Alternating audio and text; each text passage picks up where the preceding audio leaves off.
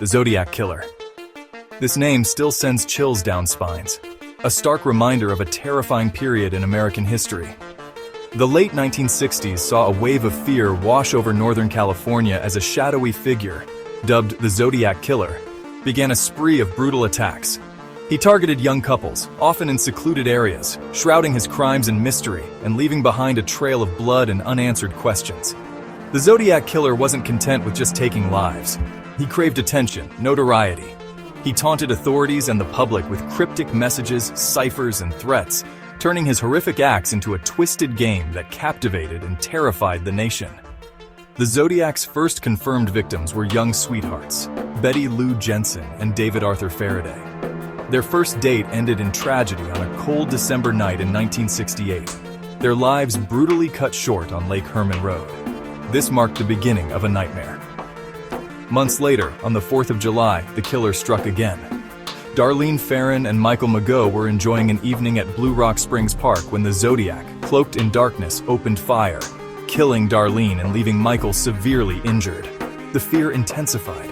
The Zodiac was brazen, unpredictable, and seemingly unstoppable. He seemed to vanish into thin air after each attack, leaving authorities scrambling for clues and a community on edge, haunted by the knowledge that a killer walked among them. The Zodiac's reign of terror was far from over. The Zodiac Killer's brutality left a permanent scar on many lives, a stark reminder of life's fragility and fear's power. Betty Lou Jensen and David Arthur Faraday, young and full of dreams, were the first victims. Their deaths sent shockwaves through the community, a horrifying sign of the darkness to come. Darlene Ferrin, a young mother, was celebrating the 4th of July when her life was forever altered. Her sister, Pam Huckabee, spoke decades later about the devastating impact. Weeks later, Lake Berryessa became a crime scene. Cecilia Shepard and Brian Hartnell were attacked, leaving Cecilia fatally wounded. Over 1,000 mourners attended Cecilia's funeral.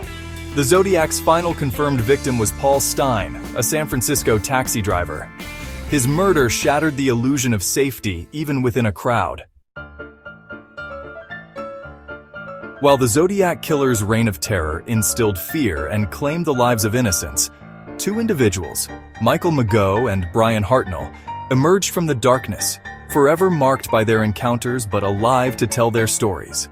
Michael Mageau, shot alongside Darlene Ferrin, provided crucial eyewitness testimony. Though gravely wounded, he managed to survive the attack and later aided in the creation of a composite sketch of the assailant. His testimony, while fragmented by trauma, would become a cornerstone in the investigation. Brian Hartnell, who endured the horrifying attack at Lake Berryessa that claimed the life of Cecilia Shepard, provided investigators with a chillingly detailed account of the events of that day. He described the attacker's strange attire, his methodical movements, and the chilling symbol he left emblazoned on their car, a chilling signature that would become synonymous with the Zodiac Killer. Hartnell's survival, though marred by the trauma of the experience, offered invaluable insight into the mind of a killer. The survivors' stories, though difficult to hear, provided vital pieces in the puzzle of the Zodiac case. They offered glimpses into the killer's modus operandi, his appearance, and the chilling detachment with which he carried out his crimes. Their accounts served as grim reminders of the human cost of the Zodiac's spree, the lives forever altered by his brutality.